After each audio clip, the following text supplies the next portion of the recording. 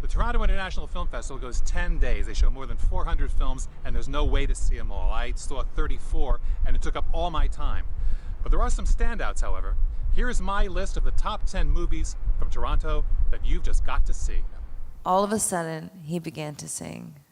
And I just stopped playing instantly, and I looked at him, and I said, Bradley, your voice is incredible. You have a real voice. Bradley Cooper and Lady Gaga made a big splash in Toronto, plugging A Star is Born, the fourth screen version of the classic showbiz melodrama about a young singer on the rise who falls for an older performer whose star is just about snuffed out. Aren't you tired trying to fill that void? Gaga nails the early scenes, nervous, insecure, in awe of the superstar in her midst. And Cooper, who also directs, is a growling delight as a fading country rock singer. From the shallow now.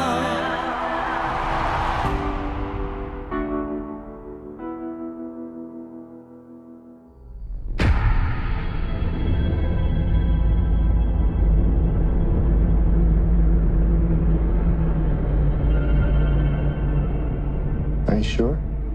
Yeah. Be an inventor. First man to walk on the moon. That'd be something. Ryan Gosling is out of this world as Neil Armstrong in First Man, the latest movie from Damien Chazelle, who won an Oscar for La La Land.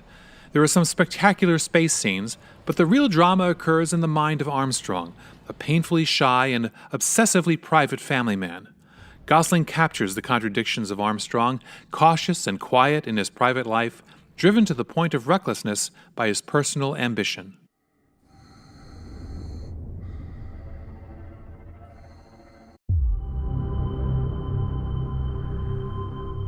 Does it feel different to be up there without a rope?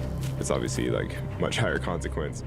Even after spending an hour and a half with daredevil cliff climber Alex Honnold in Free Solo, you won't understand him. And that's perhaps the whole point of this spellbinding documentary, which follows Honnold as he tries to become the first ever person to scale Yosemite's 3,000-foot-plus El Capitan without ropes. As we marvel at the sight of him dangling by chalked fingertips a half-mile up a wall of sheer rock, we're tempted to follow the example of Honnold's sweet and impossibly understanding girlfriend, close our eyes, and hope for the best. What if I don't see him again? I could just walk away, but it's I don't want to.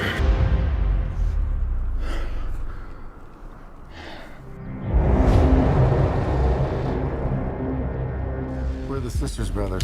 We're good at what we do. John C. Reilly and Joaquin Phoenix bicker and bluster, punch each other out, and love each other to bits as a pair of 1850s Old West hitmen in The Sisters Brothers, a surprisingly engaging buddy movie. Here they're in pursuit of a mild-mannered inventor, played by Riz Ahmed, who has developed a chemical system for detecting gold in rocky streams. The film's trail dust-choked atmosphere is palpable, and despite their bloody occupation, we come to love the brothers, just as they love each other despite themselves. What is your goddamn problem?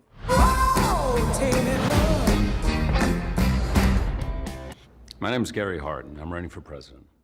Australian Wolverine star Hugh Jackman is a revelation as Gary Hart in The Frontrunner, playing the sure-shot 1988 Democratic presidential nominee whose self-destructive philandering rendered him a political footnote.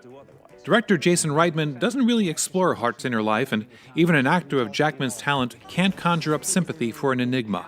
Still, The Frontrunner is a poignant and at times thrilling account of the historic moment when the tide turned against politicians who thought their private lives were nobody's business but their own. This campaign is about the future, not rumors, not sleaze, and I care about the sanctity of this process. Go on, Gary. Say it. There's gonna be a story tomorrow about me. Look, we're home! What? What the? Oh my God. There's no shortage of gritty, harrowing movies about opioid addiction right now, but Ben is Back, a laid-back family drama starring Julia Roberts, is a cautionary drug tale audiences might actually go to see. Roberts brilliantly employs her trademark smile to portray a mother putting on a happy face when her troubled boy Ben, who's been in rehab for months, unexpectedly arrives home for Christmas. Even a short overnight visit exposes him to the endless, small, often nearly imperceptible challenges that face the addicts among us. Hey, excuse me. Need some help? No, I'm good. Let me take a look. You know anything about cars?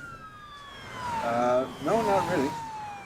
If The Old Man and the Gun is, as advertised, Robert Redford's big screen swan song, well, he could have found no better role in which to tug on the brim of his fedora, flash that boyish, lopsided smile, and wave goodbye.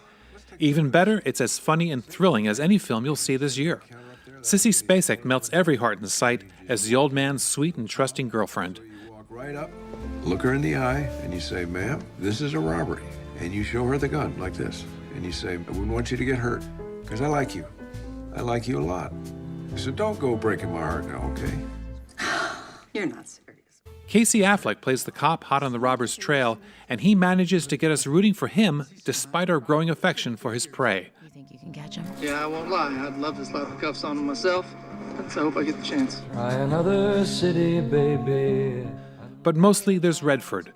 As Affleck's cop interviews one bank teller after another, they all tell him the same thing. The old guy left them with a smile. Happily, Robert Redford has done the same for us. I know exactly where I'm supposed to be.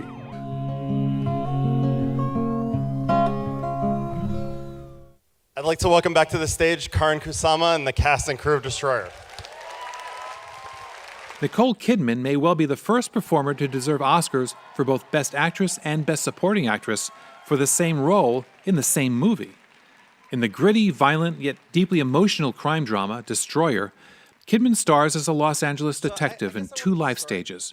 First, as a young cop in over her head during an undercover operation that goes horribly wrong, and then years later, spiraling into a hell of heartbreak and booze as a result.